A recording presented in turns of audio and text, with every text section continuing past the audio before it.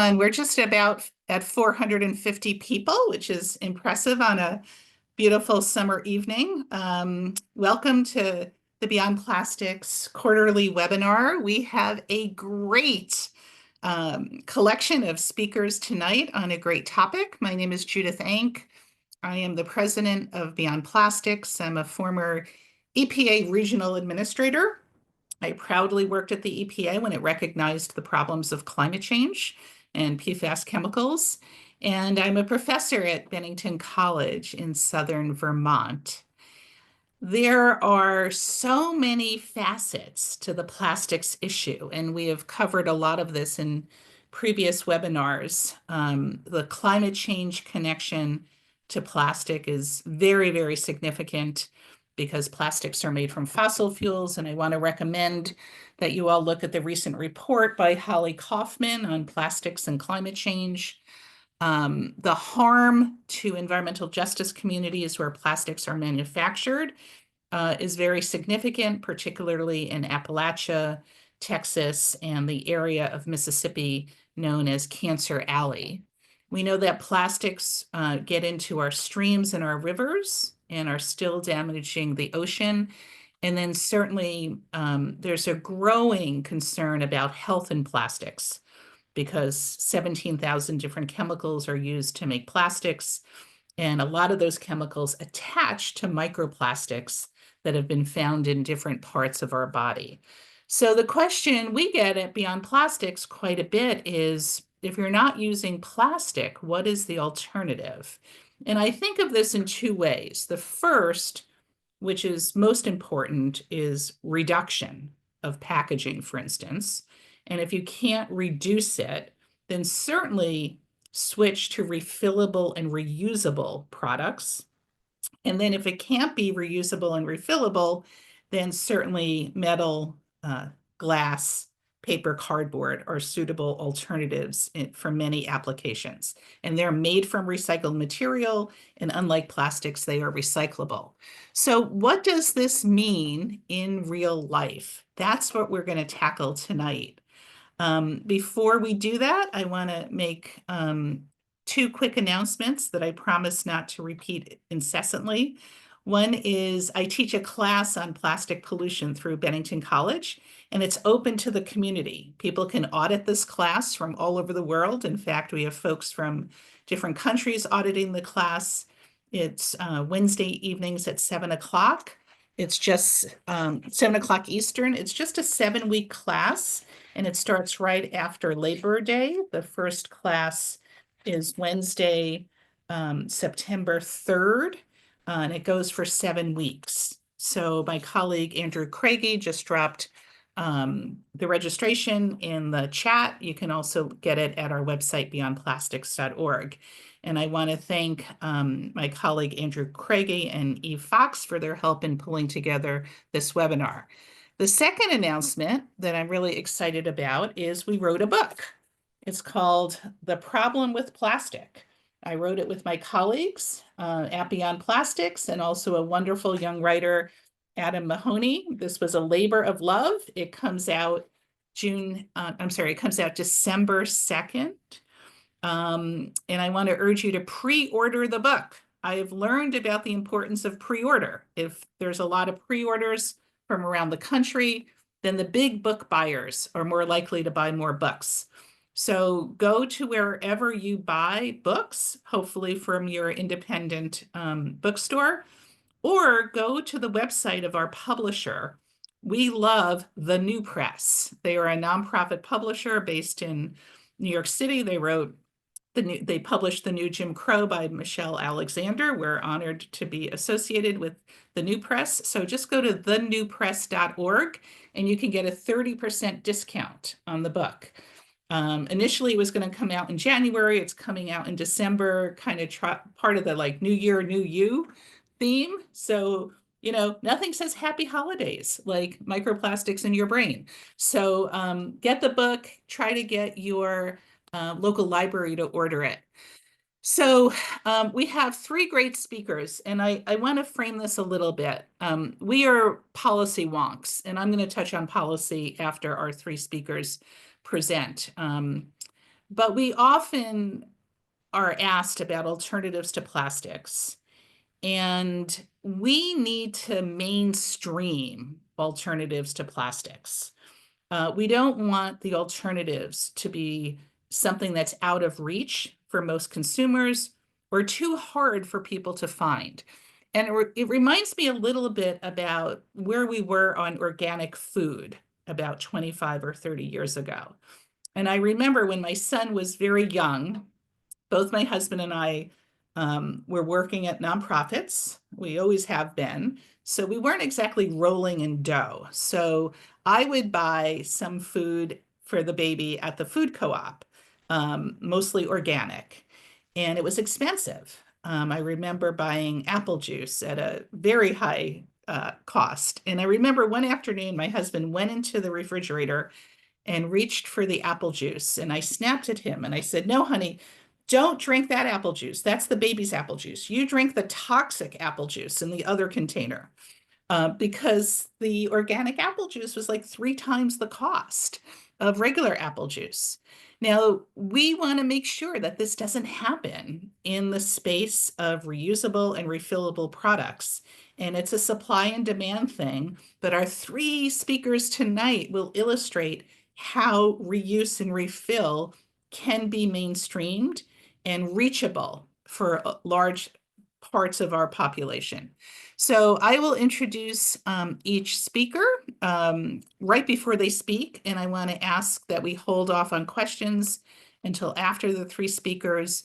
And some of you did your homework and submitted questions in advance, so I'm going to go to them first.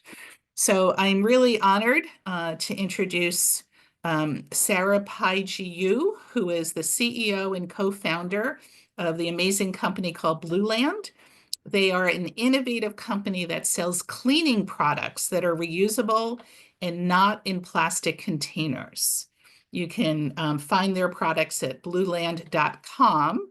And equally important, you can find them in brick and mortar stores. Blueland products are in Target, Costco, Whole Foods, Amazon, and more. Although I don't buy Amazon, just a little PS. They have diverted over 1 billion single-use plastic bottles from landfills and oceans.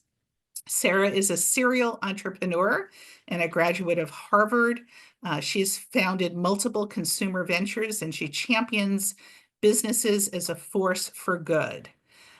She is also an amazing advocate, and we've worked with Sarah on the New York bill, the Packaging Reduction and Recycling Infrastructure Act. I remember talking to one state assembly member who says he was getting calls from CEOs opposing our important plastics reduction bill. And I thought, we have our own CEOs. I'll ask Sarah to call. And she's really been with us throughout this legislative campaign. Sarah lives in New York City with her husband and her 2 young children.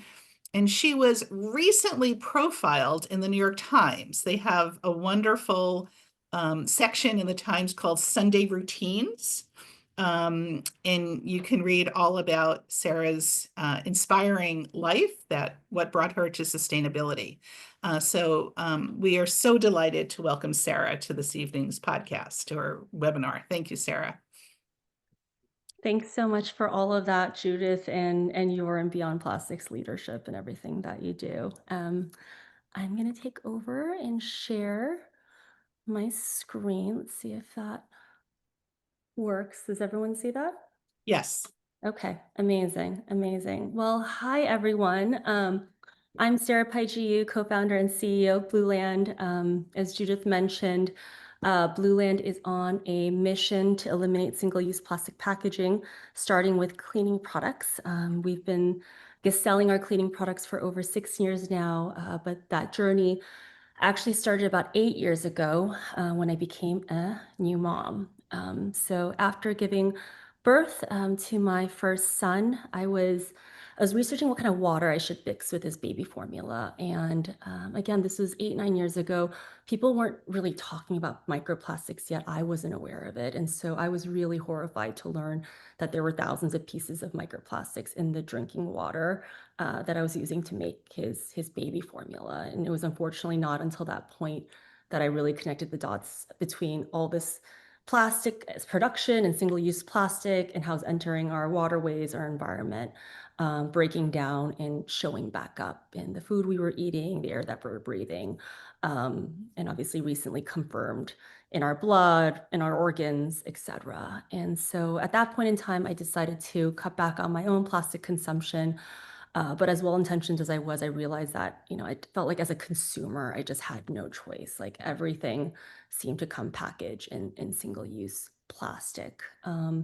It was in this journey, I learned that the largest category of plastic waste is actually packaging. So 50% of all plastic waste is single-use packaging, as well as packaging is also the largest category of new plastic production. So about 40% of all plastic produced is single-use plastic packaging. And, all of that's so unfortunate because packaging is really designed to be used once and discarded. And, it was in that journey that I had this realization that so many of our everyday products are packaged in plastic because they're liquid. So, for example, conventional cleaning sprays and foaming hand soaps, they're, over 95% water. And so I had sort of this aha moment of what if we remove that water? We all have tap water at home.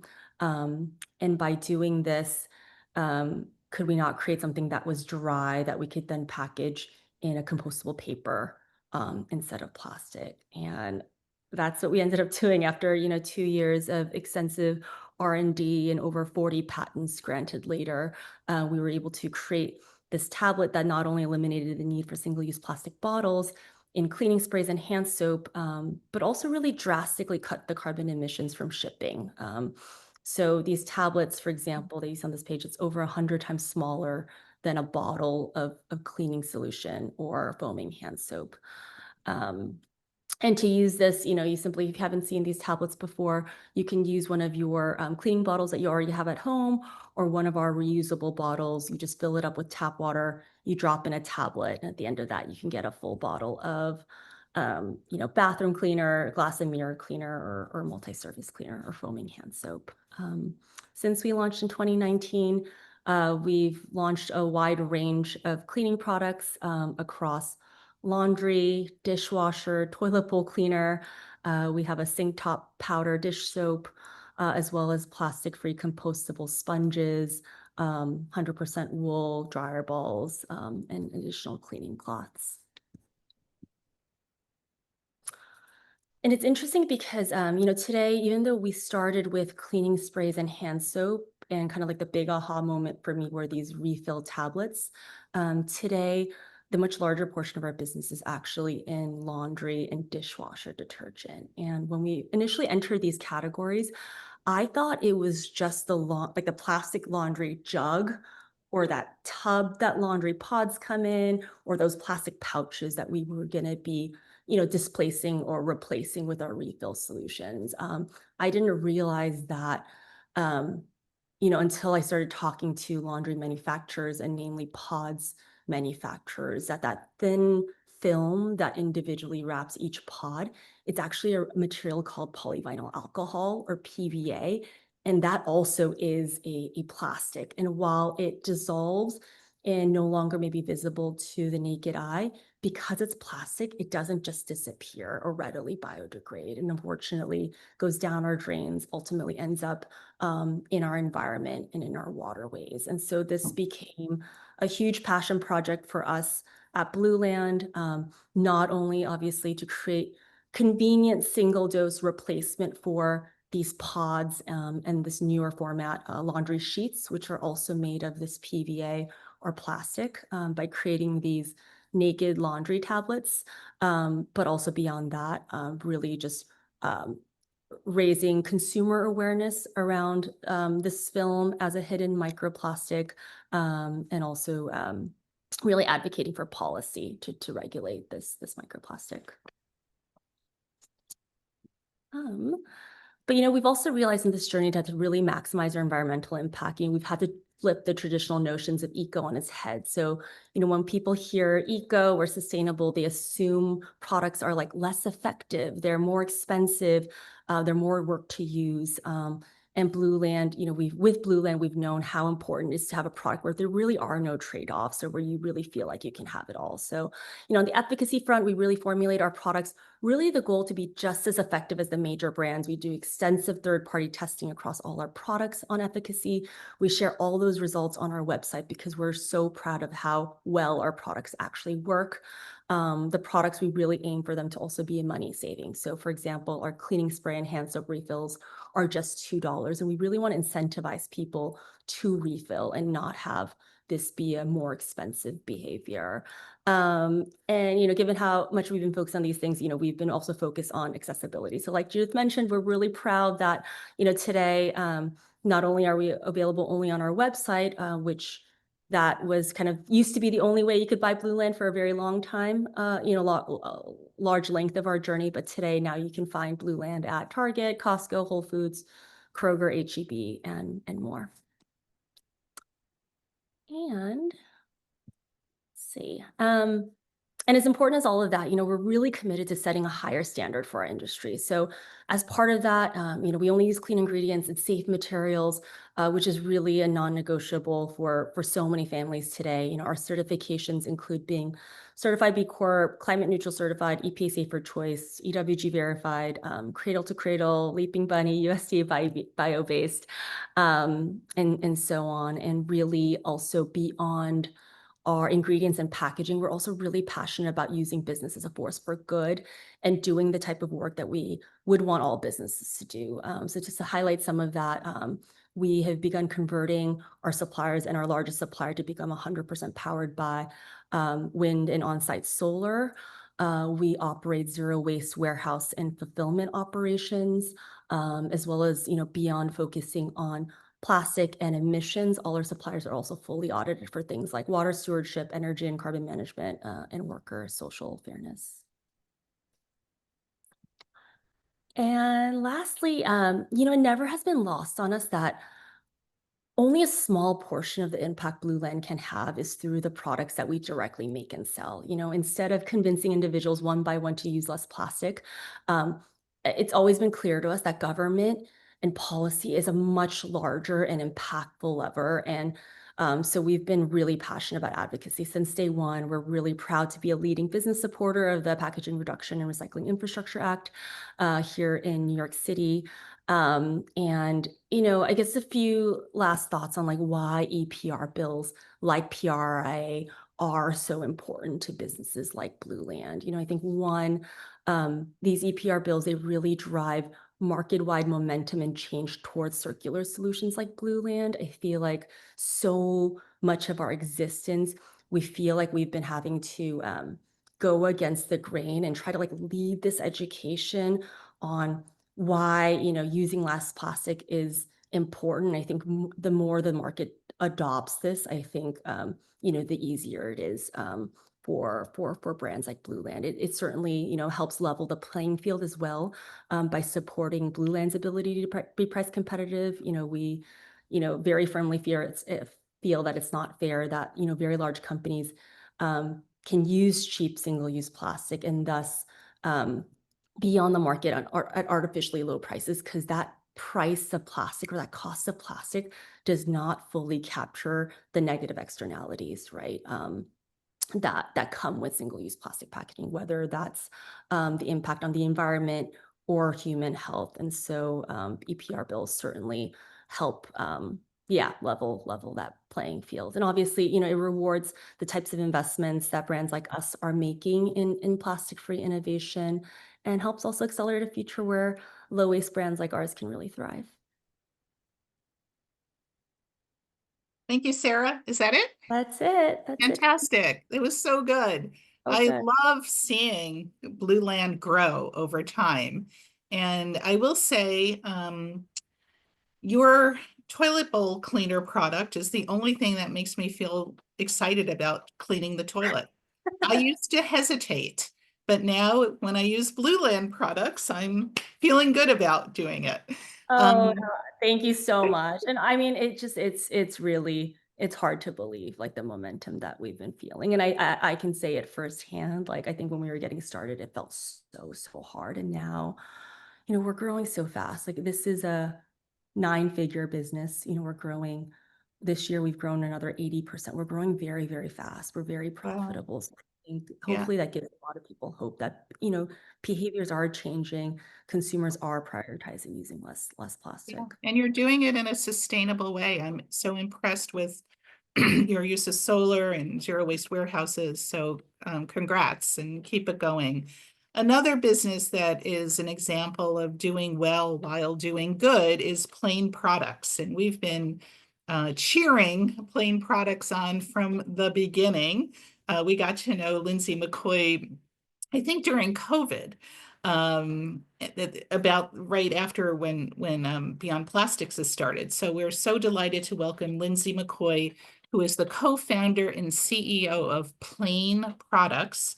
They offer salon-quality personal care products in aluminum bottles that can be returned, refilled, and reused. And when we advocate in state legislatures on comprehensive packaging reduction bills, I carry your little stainless steel bottle with me because a lot of lawmakers, like I just kind of rattle off refill, reuse, and they don't know what I'm talking about because I don't communicate it well. So I pull out I have it right behind me, your little stainless steel bottle and explain that you send it back, it gets refilled, and they get it.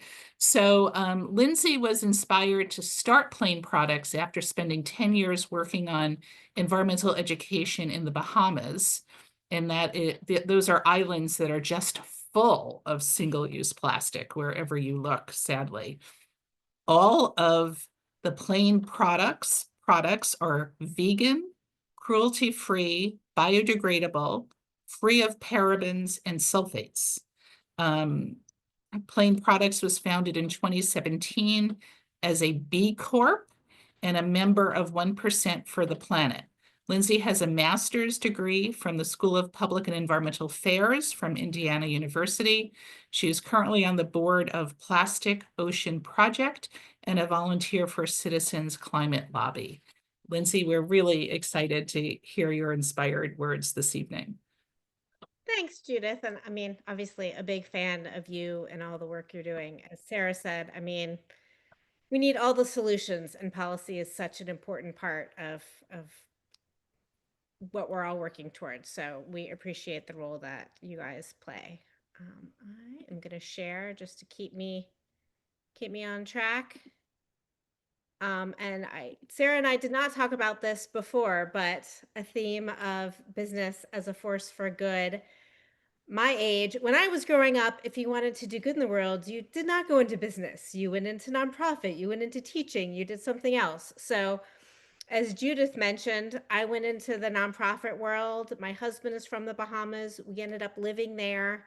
I was doing environmental education work, and I would run into beaches that look like this.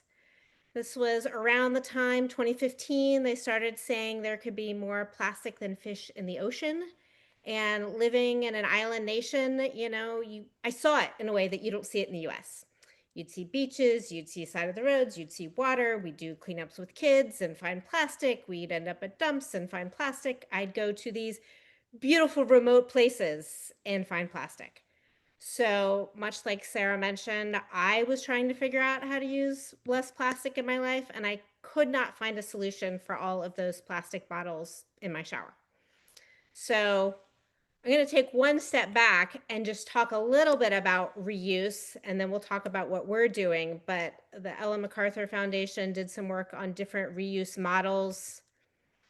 Refill at home. This is what Sarah and Blueland are doing. You get your container, you refill it yourself at home, you hang on to that. I think, Rob and Useful are probably doing some combination of this return on the go, or where you use it, they're cleaning it for you, you're dropping it off. There's also a refill on the go, and we'll talk about this a little bit more, but more and more refill shops are popping up around the country where the consumer keeps the container and then refills it out in the world. And then the return from home model, where you have it, the business picks up that packaging and drops off another. So I just want to give a little bit of context of different ways that reuse can work. um, betraying my age, we were inspired by how Netflix used to operate, where you would get a Mm. DVD and you would watch it, and then you'd send the DVD back Mhm. and you would get another one. So I don't know if everybody even knows what DVDs are now, but that was the original thought process behind it. I was like, why can't we do that with bottles? Why do I have to keep throwing away this bottle every time I use it?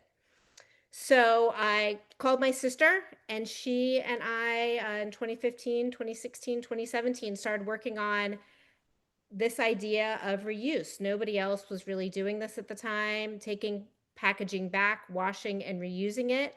But we were curious if others were up for the challenge. And so we launched in 2017. We launched with 3 products: a shampoo, a conditioner, and a body wash in 1 cent. And happily, other people were interested in being a part of the solution. So we now have 15 products. We've got skincare, styling products, hair care in a variety of scents. Um, to Judith's point, about the cost, we are in line with other salon quality. The interesting thing when you think about organic, I saw something once that said, instead of wondering why organic is so expensive, maybe we should start asking why all the other stuff is so cheap. Mm. How are they producing these? Why is shampoo $3 a bottle? And when you look into it, it's sadly because it's in a very low cost plastic bottle. The main ingredient is water, and there are a lot of chemicals in it. And those chemicals are not regulated in the US. And I considered myself a relatively educated consumer, but when we started talking about these environmental packaging, all of a sudden I was like, why would I want to put a bunch of chemicals in my environmentally friendly package? The parabens, the sulfates, the plastics that actually go in a lot of mainstream personal care are concerning for a lot of reasons. So we ended up going with a line that is vegan, not because we wanted it to be necessarily vegan, but is vegan because it was all good products going into it. So they're aloe-based products, super nutrient dense. You don't need a lot. A 16-ounce bottle can last for 6 months. The trick is to add more water, as Sarah said, not more product. So, there's not a lot of water in these products. It's just a really dense, great product. And how does it work? We started as an e-commerce direct to consumer. So you come to the website, you pick out a product, you let us know that you need a pump, and we send it to you. And then you come back, you order a refill. We just send you a bottle and a return label. You switch the pump over all by yourself, send us back the empty bottle when you're done, and then we wash and reuse the bottles. So pretty simple. Um, then, as we started to grow, we started to hear from these refill shops and small co-ops that were opening up around the country, and they wanted to offer reuse options. So we work with them in a number of different ways, depending on their size. Some places just have bottles that people pick up and drop off. Some have gallon containers, some have 3.5 gallon containers. So again, all those different refill models, using them in different ways. People are dropping off empty bottles, they're bringing their bottles in to be refilled. Our goal is just to reduce the barriers to participation. So if you have a shop near you and you want to do that, great. If not, we'll deliver it to your house. As Judith mentioned, we're using aluminum right now. It was the packaging that worked out the best for us. We actually tried stainless steel and it rusted. So we switched over to aluminum. We use glass gallon jars. We were worried about glass bottles in the shower. So we did aluminum for the smaller bottles, but we do now also do gallon retail for people who are going through a lot of product, who want to reduce their shipping. And then we use the 3.5 gallon hard plastic buckets for refill shops. And we take all of these back and wash and reuse them. And I was gonna there's a picture of my sister and I in front of our bottle washer that also holds the gallons and the buckets. As Sarah mentioned, we've also gone through an evolution. We have changed the packaging on our bottles so that they hold up better. We get a question often, well, I recycle my plastic. Why do I need to do reuse? And we try and explain, well, if you're just washing something, that's a lot less energy than actually melting it down and reforming it into something else. And because plastic can usually only be recycled once, maybe twice, all of that plastic is definitely going to end up in a landfill at some point. So that's two reasons why metal is a better option. We can wash and reuse it multiple times, and then when it is recycled, we can turn it back into more bottles. It doesn't really ever need to end up in a landfill. We've also moved to all recycled cardboard and made that cardboard thick enough to protect the bottles, and so we can reuse that. It's thinking about things like using paper tape on the boxes so that we can keep reusing those boxes. Some stats. So far, we're at 800,000 plastic bottles eliminated from the waste stream. Just trailing behind Blueland, but we're getting there. We're keeping up. Around 80% of our boxes we can reuse. A lot of those boxes we're reusing 5 and 6 times. Another great reason to have people send things back to us. It gives us those boxes back so we can reuse them. 70% of the bottles are returned. It was higher when we were smaller, but as we've been working with more wholesale partners, it's gone down a little bit. I think that's just consumer education and growth, but still 70% bottles are coming back with zero cash incentive, just people wanting to participate. As we have worked on the labels and the printing of the bottles, we're up to 85% of those bottles that come back being able to be reused. And then right now we're able to use 100% of the buckets and gallons that we got back. And then when we were able to move out of my sister's garage where we started, we bought an old building and have renovated an old place and have our bottle washing and fulfillment service there. And I've never thought about calling it a zero waste warehouse, but I guess that is actually what it is. I mean, we recycle or reuse just about everything. I think it's really only packaging that we get from other companies, from our manufacturer, that sometimes we have to throw away. But for the most part, the label backings, I mean, everything that we're using is either reused or recycled. Just to talk about the model a little bit, and one of the things Judith and I talked about during COVID, I mean, the beauty of reuse is that, you know, when nobody could get aluminum bottles and when packaging was a problem, we still had bottles. We could wash them, we could reuse them. It gave us a lot more control over our supply chain. Our model works for a lot of different industries. Hospitality, we're working with some hotels, some Airbnb, we're working with salons, refill shops, co-ops. A lot of different places. This model works well. It brings loyalty, it brings consumers back. And then obviously the bonus of less plastic in the world, less plastic in the landfills, less plastic being created, less pollution. So there's a lot of numbers in our impact report if you want to check it out, but it's also fair to talk about the challenges. Right now, we're shipping bottles all over the country. Not ideal. However, I compare it to the solar industry when it was young. I mean, you need volume for things like this to work. Once upon a time, we were washing bottles all over this country when soda bottles were in glass. It was a system that worked. People drank bottle bills, they came back, they were washed, they were reused. So it's not crazy technology. It's not infrastructure that's super expensive. It is a place that we could very easily get back to. I think reuse, I'll have to find the numbers, but I mean, as far as job creation is huge. Reuse, recycling, huge in job creation. If we were washing bottles all over the country, more jobs.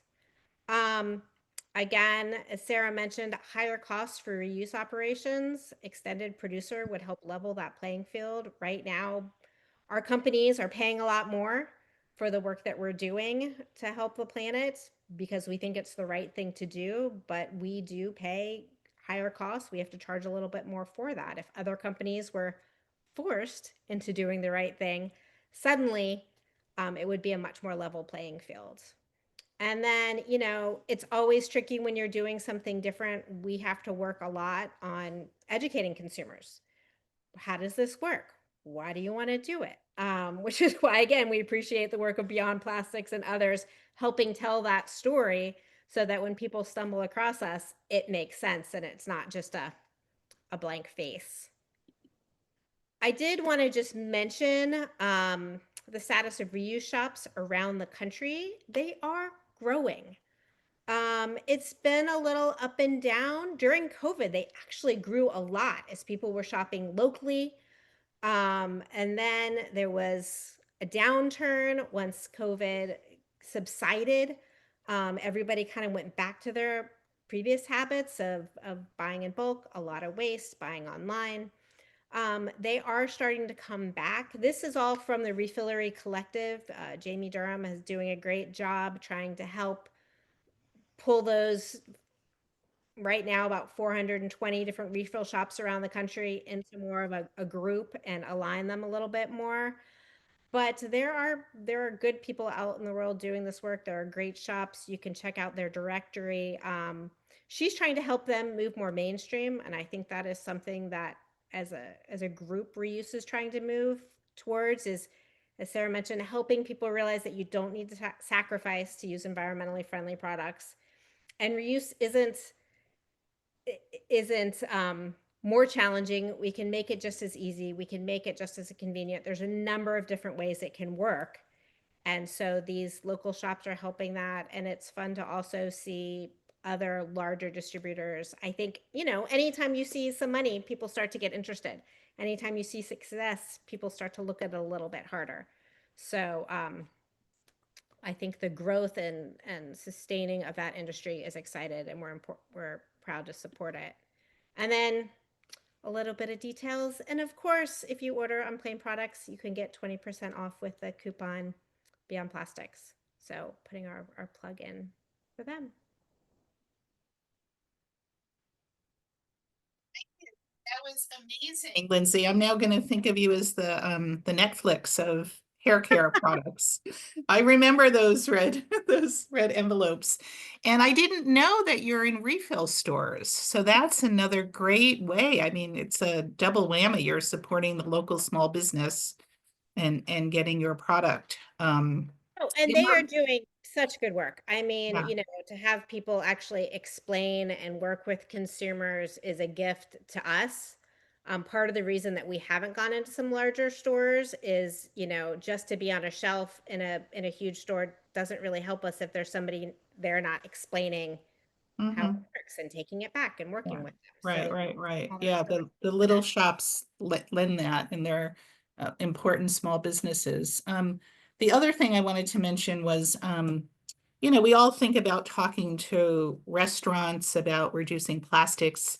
Until your presentation, it didn't occur to me that we can talk to our hairdressers and say, get those giant products. And so we can all, whenever you have time to go get your haircut, you can mention Plaine Products to Yeah, your there's local a lot of good hairdresser. work being done in that space right now. Good, good. Well, that's great to hear. Yeah. Thank you. I'm really excited to also hear our next speaker. I really want to learn more about USEFULL, so I'm glad we're on this webinar together.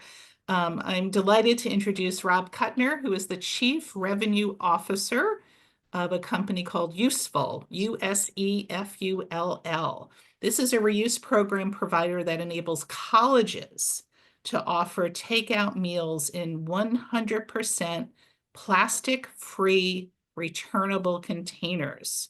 So Rob and his colleagues work directly with colleges, universities, and communities to build toward a waste-free future by making the switch to plastic-free returnable containers as easy as possible.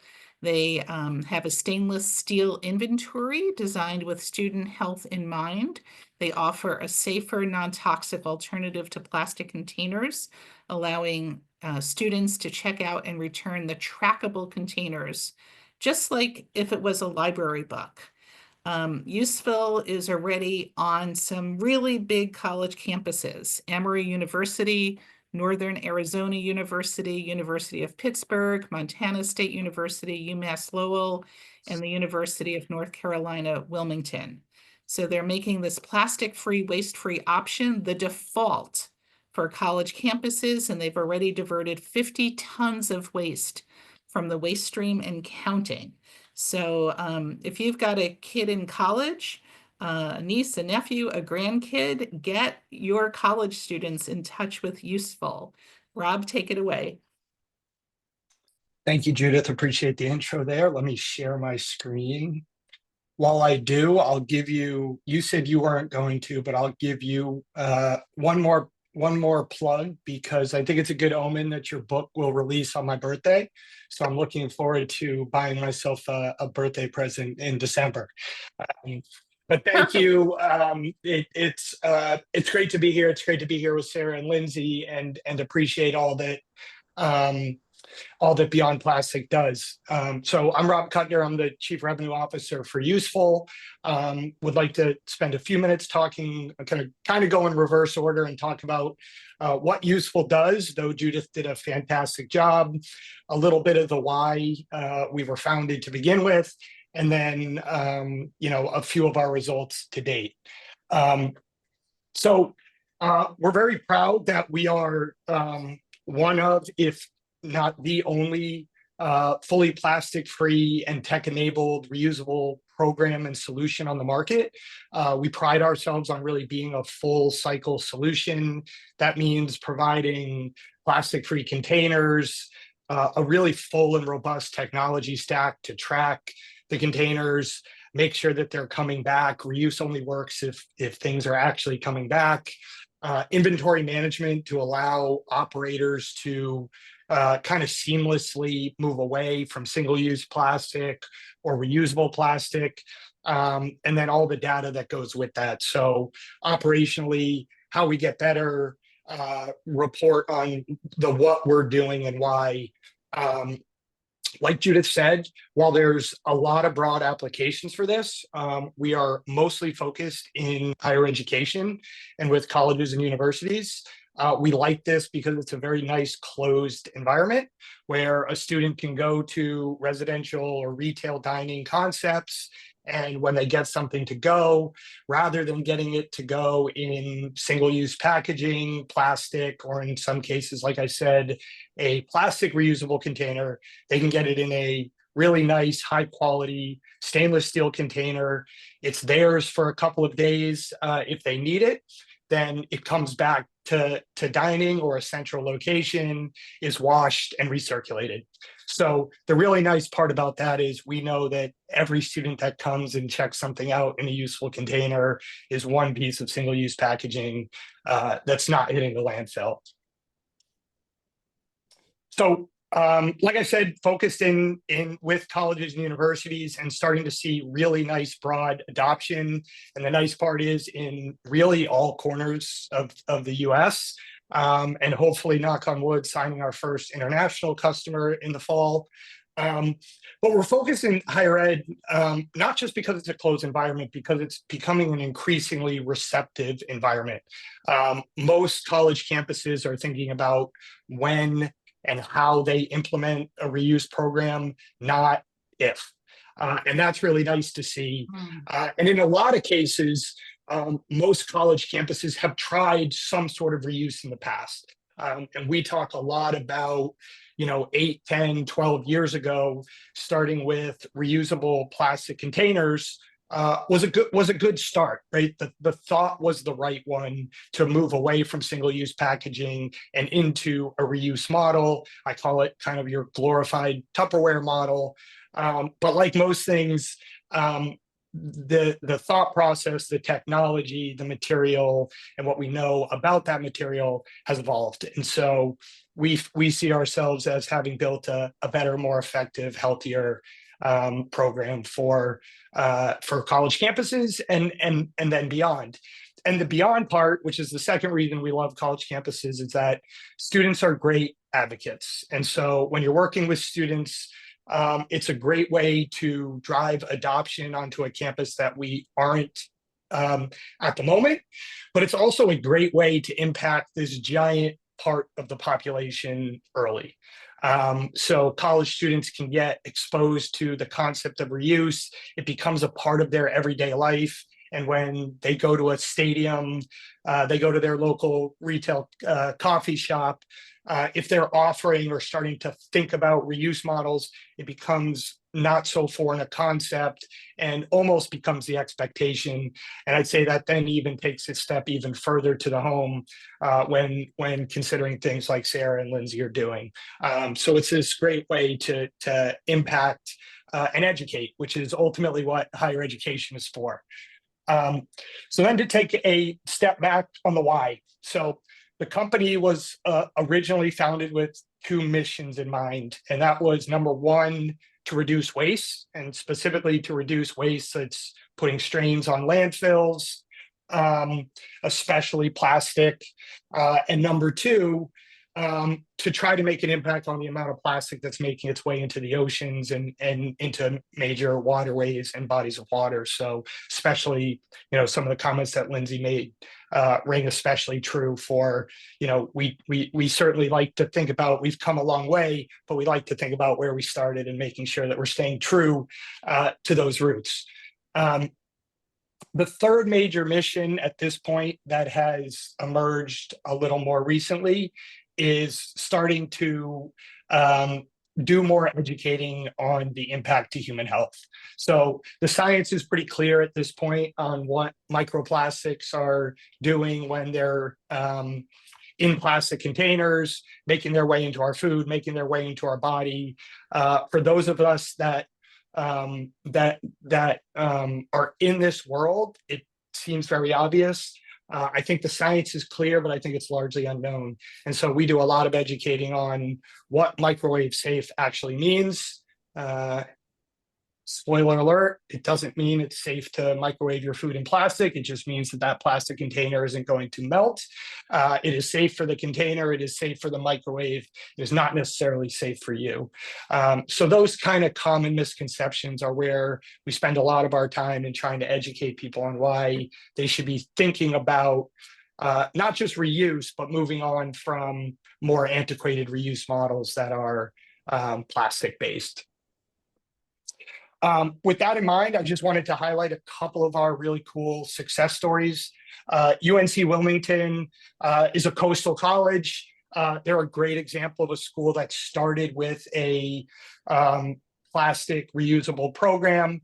Their heart was absolutely in the right place, but they finally took some inventory and realized that they were losing 96% of the containers that they were putting out.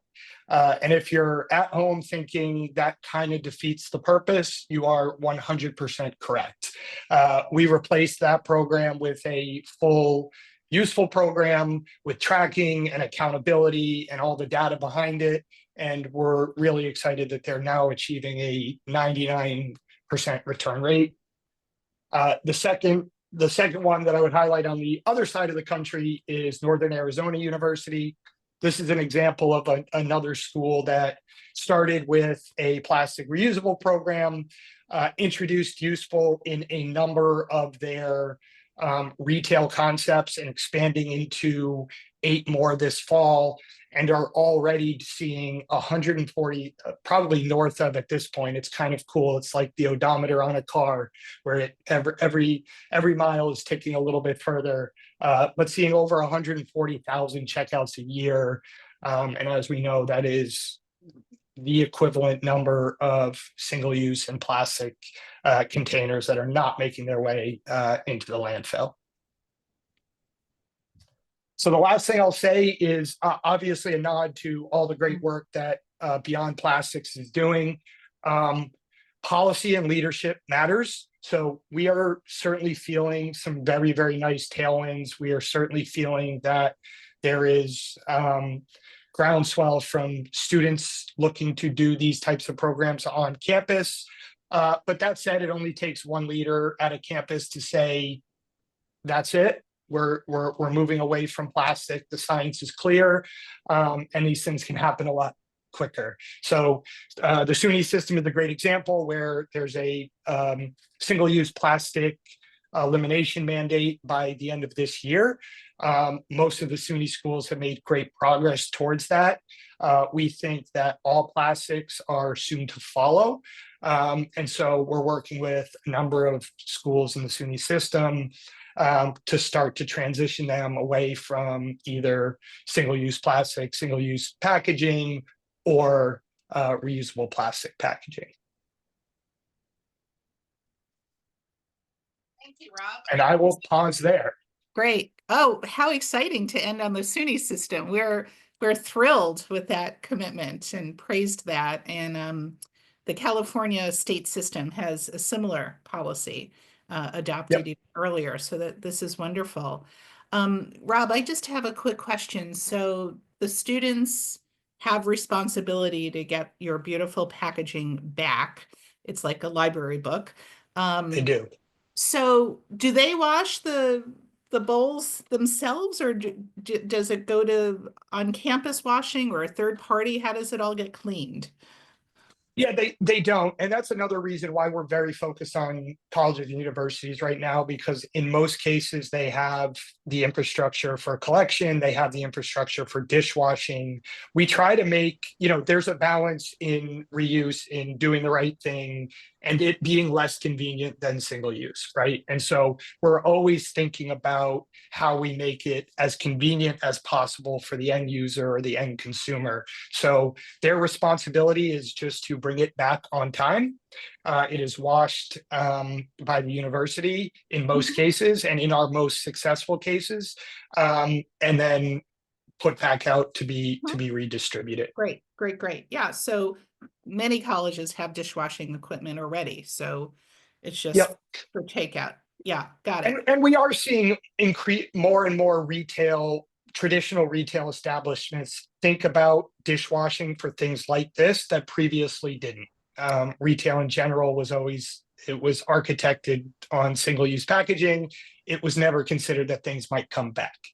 Right, right. And so we have many questions from viewers tonight asking, can the useful system lend itself for use in retirement communities? Can you ever envision that?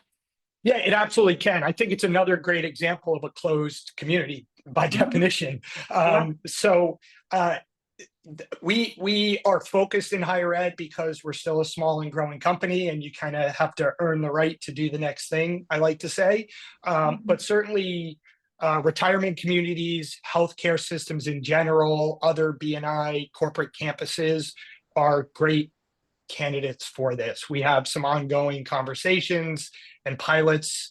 I would say it's just not the full focus of what we're doing at the moment, but absolutely would be a fantastic fit.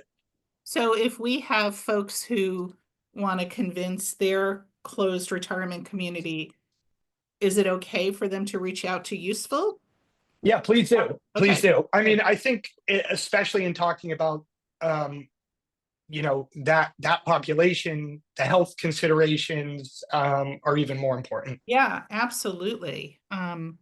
Great. Andrew, I want to ask you to put up a couple slides. The first is a slide about my class, if you have it handy.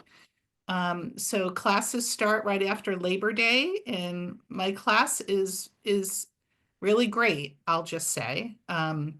Well, let me talk about the book first, since that's up. So here's our book, The Problem with Plastic. Please pre-order it. We have learned a lot about book publishing, something we didn't know about. And thankfully, we have a great publisher, the New Press. If you pre-order, you get a 30% discount. And then the people who buy books see, oh, there's a lot of interest in this. There's a lot of pre-orders. So then they buy more books, and all proceeds go to Beyond Plastics. So take a picture of this slide. It's a great book. We had it on our minds for a couple years, and finally got this out. It's a good organizing tool, and it covers every element of the plastics issue that we know of. Second, we want to urge you to make a donation to Beyond Plastics. We are a nonprofit. We work really hard. We just added our 18th staff person this week, our very first science director, Dr. Trisha Vindaya Nathan, who has a PhD in neurology. One of the first things she's digging deep on is how microplastics and nanoplastics affect the human brain. So please consider making a really large tax-deductible donation to Beyond Plastics. You can contact my colleague, Kathy Jenkins, our development director, if you need more information on that. So you can just click on this code or go to our website. And then finally, my class starts right after Labor Day. It's a nice mix of Bennington undergraduate students and community people from all over the world who audit the class. It's on Zoom Wednesday nights, 7 to 9. Andrew just put the link in the chat. So let's get to some quick questions. Many people have pre-submitted questions. Lindsey, how can we get small businesses and restaurants to buy into alternative packaging when it might mean that it's more expensive than plastic? Well, two things. I mean, as Rob pointed out, it often isn't, Mhm. especially for restaurants. I mean, many restaurants do already have washing facilities. They're washing cups, they're washing silverware. So often, I think people just assume that it's more expensive, but if you can look at any slightly longer time frame, it often isn't. Mhm. And second, I mean, we're all looking for marketing edge. And I think anytime you move into something that's a little bit different, like reuse, it gives you a story to tell. It gives your customers a buy-in to feel like they're doing better for the planet, and it builds that relationship and loyalty. So, I mean, both things. I think financially and, just the reality is we all have to tell the story, and it gives you a better story to tell. Mhm. Great. Thank you. Sarah, we have a question. I noticed that some products that were only available in my local refill store are now available at national stores, big chains. Is proof of concept in a small store the best path to a larger market? Yeah, I mean, absolutely. I think, with Blueland's own story, our first 4 years, I was very determined to not sell anywhere but Blueland.com even, because it wasn't lost on me that what we were trying to do, like these tablets, they'd never been done before Yeah. in the categories that we were operating. So I just come from a place of like, we had so much to learn, right? In terms of like how people wanted to purchase it, what questions they had. And then even after doing it for 4 years on Blueland.com, where we felt like we learned so much, when we started moving into retail, I also want to go very slowly. So we started with refilleries, co-ops, and then our first retailer was actually Container Store, which has about 90 stores versus like a Target that has like 2,000 stores. Because every step of the way, like it's not always translatable. Like on Blueland.com, for example, 30% of our customers buy a 30-pack of hand soap refill tablets at a time, which is crazy. That's Oh, wow. they buy in bulk, but that's not how they're going to buy necessarily in a store, right? And Mhm. then, we had a great run with refilleries and co-ops, but then when we were moving to like Container Store and Target, like we had to make like retail packaging, which we didn't have to do for the co-ops. And I always wondered, I was like, what are we going to possibly learn? But we just learned so many things from things like, these things were like falling through the cart, like Oh, holes in the cart. So yeah. now we sell these in 3-packs instead of single, as much as I have so much heart for selling these kind of like loose as singles. Or, even our box, we used to have a cutout so you could see the product, but we had a cutout in the back. Mhm. And then everyone that worked in the store thought the back was actually the front, even though to me, I was like, well, no, this is the front. This is where it says Blueland. So I think there were just like so many learnings along the way that had we not sort of slowly sort of tested our way up, there would have been a lot of like wasted inventory. There would have been a lot Right. of steps. Right. You don't want a bunch of slip and fall cases when the tablets fall through the cart. No, Everyone's Target no. going around. Yes. Yeah. Well, you're adapting and the big stores get the big sales. So it's really, we want to see reuse scale up. So along those lines, Rob, how do we, as a society, quickly transition the logistics of food reusable containers from plastic to metal or glass? You're using metal. What can we do? I mean, I have an answer, but I want to hear your answer first. How do we boost that transition? Well, I think kind of to piggyback on what Lindsay said is there's a lot of common misconceptions. There's common misconceptions about cost for starters and what that financial analysis looks like. Also operationally, we talk about the operational efficiencies of using stainless steel versus plastic. We've all dishwashed Tupperware. You legally can't, if you go into a higher education kitchen, in a college kitchen, and you put reusable plastic containers to a dishwasher, you legally can't stack those until they're dry. It's a health concern. And so we have all these campuses that have dedicated enormous amounts of space to drying, what we put on a drying rack in our home. Now magnify that to the thousands, right?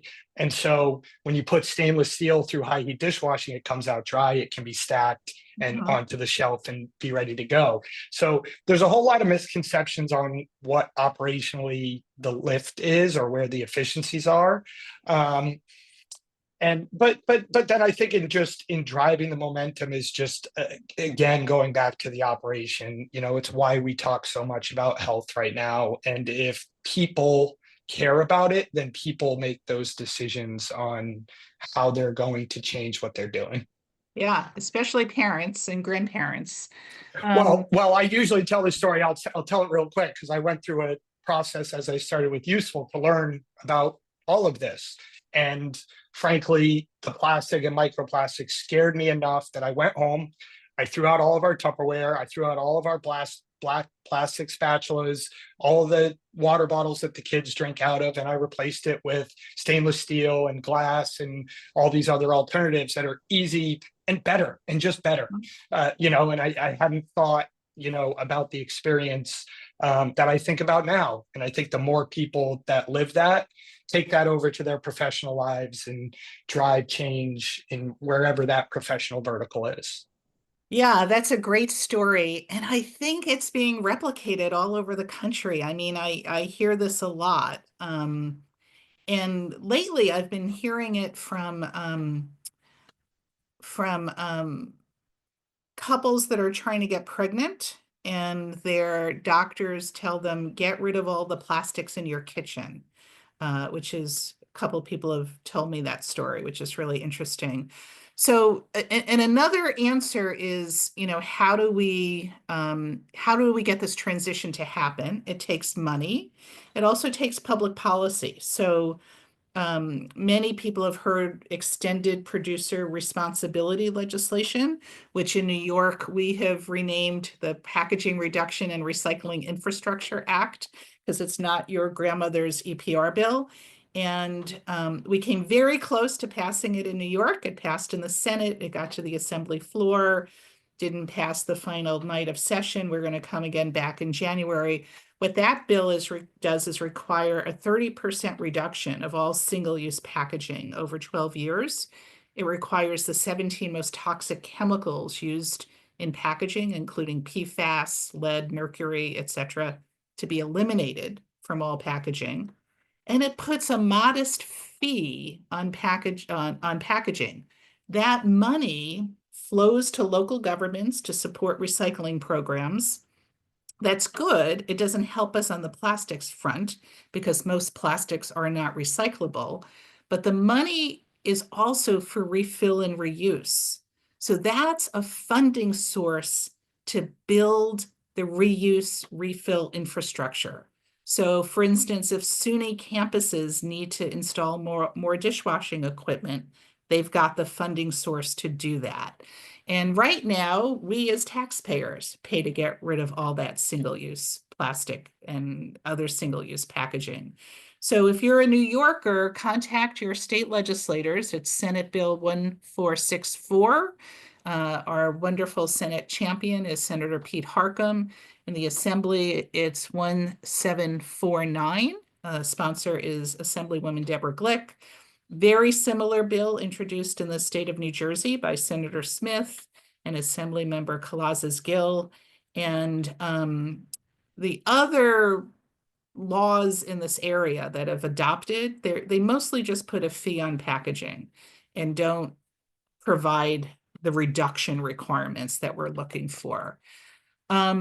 Sarah, I just want to go back to very early on. You mentioned the PVA, the plastic skin on top of dishwasher pods. I think a lot of people don't realize that that is plastic.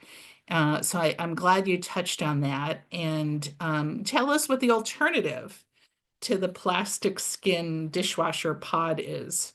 Yeah, so I think the pod is an example of an innovation that just wasn't necessary, because when you think Yeah. about the laundry category, actually the largest segment is actually there's liquid, there's powder, and then obviously we're making tablets, but there are many other alternatives to the pod that actually are more popular. And with liquid, I know it still comes in a plastic container, but that at least most people are attempting to recycle the cap-ins, or it's going to landfill, but it's not going directly down our drains into our water systems, Right. into the environment as microplastics. And I think the good news is, like, I think sometimes there's questions about whether this sort of better for you solutions are more expensive, but there are liquid and powder solutions that are, from a per dose perspective, also more affordable than pods. Yes. But yeah, we're really proud of the naked tablets that we've created as well, because I also understand that there's a convenience that comes with pod and that single dose delivery. Right. Same goes Right. for dishwasher detergent as well. There definitely are alternatives to pods, and that is definitely an area, because the pods, when it touches your dishes, the film can get left behind in your dishes that you're then Right. eating and drinking off of. That is definitely one that I implore people to make the switch. Yeah, I mean, even if you're not doing non-toxic in your toilet bowl, do it on your dishwashing equipment because it's touching your food. We just issued a new fact sheet on alternatives to the plastic skin pods. It's on our website, beyondplastics.org. So shockingly, we are out of time. I could keep going for hours, but don't worry, we won't. We're going to wrap up. So here's the takeaway for tonight. These three companies are not alone. There are a lot of amazing companies that are putting their life savings on the line and investing in reuse, refill, and waste reduction. But we really like these three. We have no financial interest in them, but check out Blueland, check out Plaine Products, check out USEFULL, and see where you can get them in your life. Your second assignment is take my class. It's fun. We learn a lot from each other. Next, make a donation to Beyond Plastics if you can. And fourth, buy our book, The Problem with Plastic. If anyone knows Oprah, let us know. We want to be in the Oprah Book Club. And thank you all, Sarah, Lindsey, Rob. You were fantastic. You gave up your evening with us. Good night, everyone. Thanks for joining. Thank you. Thank you. Bye. Good night.